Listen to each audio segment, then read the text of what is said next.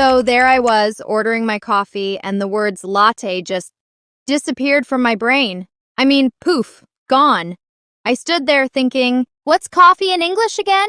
It's that awkward moment where your brain speaks one language and your mouth speaks something else. Relatable? I've got a solution for you today. And no, it's not memorizing a dictionary.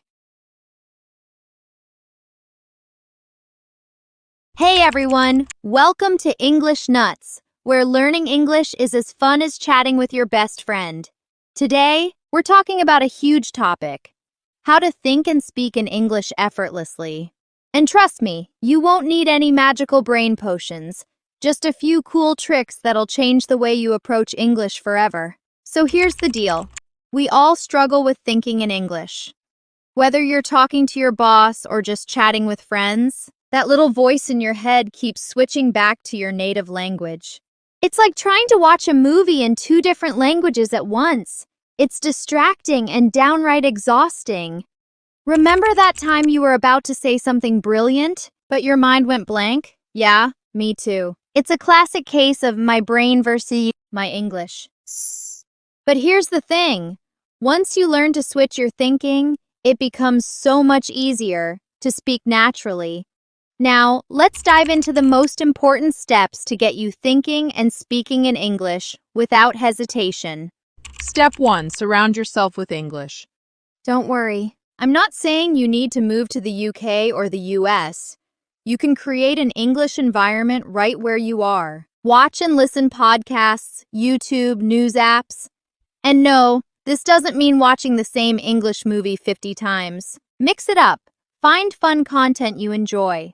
That way, English stops being study time and becomes part of your routine. Surround yourself with English content you enjoy. The more your brain hears and reads English, the faster it picks up patterns. Soon enough, your brain will start thinking in English naturally. Step 2. Talk to yourself in English.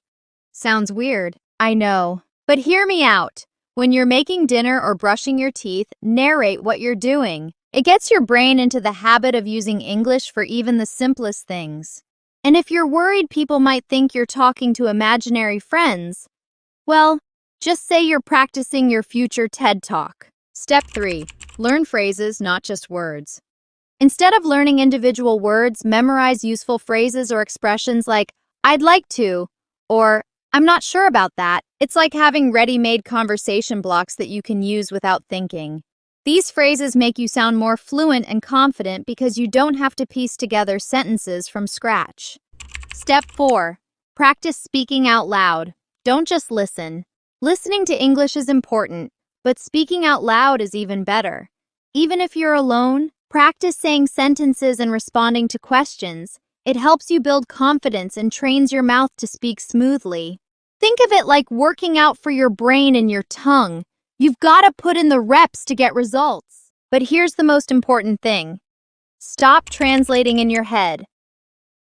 I know it's tempting to think in your native language first, but trust me, it's slowing you down. You need to go straight to English.